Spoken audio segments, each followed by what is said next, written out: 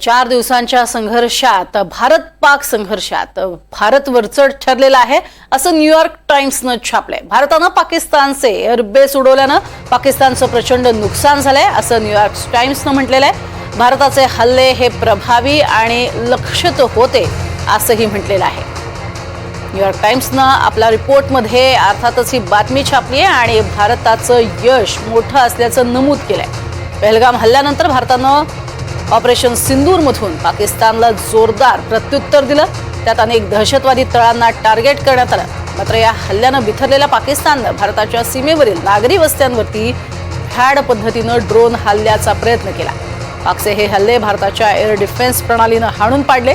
मात्र या हल्ल्याला प्रत्युत्तर देण्यासाठी भारतानं पाकच्या सैन्य एअरबेसवरतीच हल्ले चढवले होते आणि त्यात पाकिस्तानचं प्रचंड मोठं नुकसान झालेलं आहे आणि त्याचीच बातमी आता न्यूयॉर्क टाइम्सनं छापली आहे.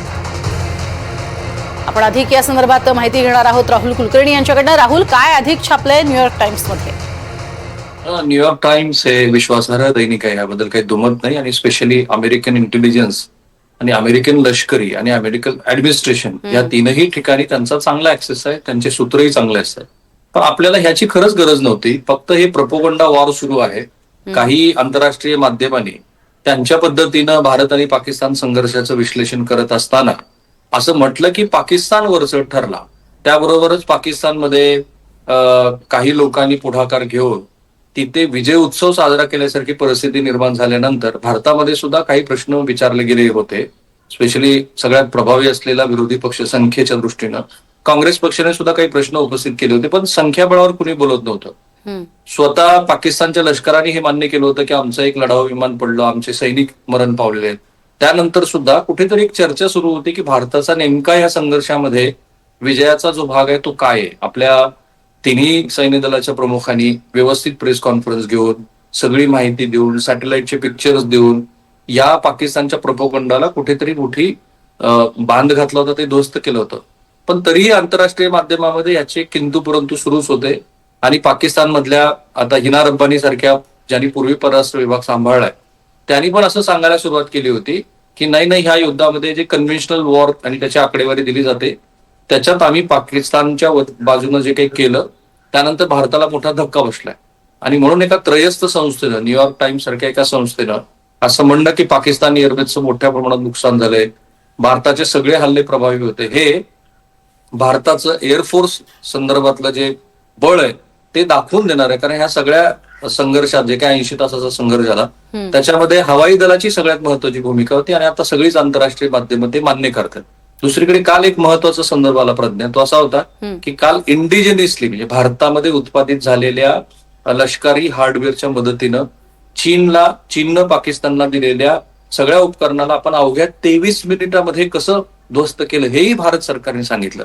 त्यामुळे न्यूयॉर्क टाइम्स जे सांगते त्याच्या पुढचा भाग असा आहे की आपण इंडिजिनियसली तयार केलेल्या शस्त्रास्त्राच्या जोरावरती फक्त पाकिस्तानच नाही तर चीनच्या हार्डवेअरला सुद्धा मोठा धक्का पोहोचवला. अगदी.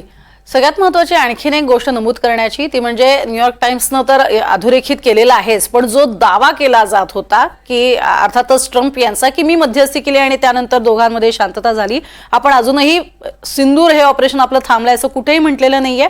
आणि त्यातून न्यूयॉर्क टाइम्सनं हे छापणं हे अर्थातच पुन्हा एकदा ट्रम्प यांना सुद्धा चपराक म्हणता येईल का? रणनीतीच्या दृष्टीने हे बघा, राजनैतिक संबंध आणि लष्करी आस्थापना ह्या दोन वेगळ्या गोष्टी आहेत. इथे आपली जी लष्करी प्रोवेस आहे, आपला जो लष्करी ताकदीचा भाग आहे तो आता सगळ्यांनी मान्य केला आहे. आणि त्यातनं एक मोठं क्षेत्र भारतासाठी काय खुलं झालंय तर आकाश सारख्या क्षेपणास्त्राची मागणी जगभरामध्ये खूप वाढेल असं म्हणतात. ट्रम्प हे काही प्रमाणामध्ये ज्या MNCs आहेत, ज्या हार्डवेअर प्रोड्यूस करतात त्यांच्या हिताचं रक्षण करणारी व्यक्ती आहे असं म्हणतात. आता ट्रम्पच्या विरोधामध्ये ट्रम्पनी स्वतःच एक 3,390 कोटी रुपयाचं कतारकडनं जे विमान घेतलं ती एक प्रकारची लाच आहे, अशा पद्धतीची चर्चा सुरू आहे. दुसरी एक चर्चा आंतरराष्ट्रीय पातळीवरती सुरू आहे ते म्हणजे दोन देशामध्ये कुठल्याही पातळीवरती समजा अमेरिकेने हस्तक्षेप केलाच असेल पाकिस्तानच्या हिताचं रक्षण करण्यासाठी तर ती जाहीरपणे बोलण्याची गोष्ट नसते.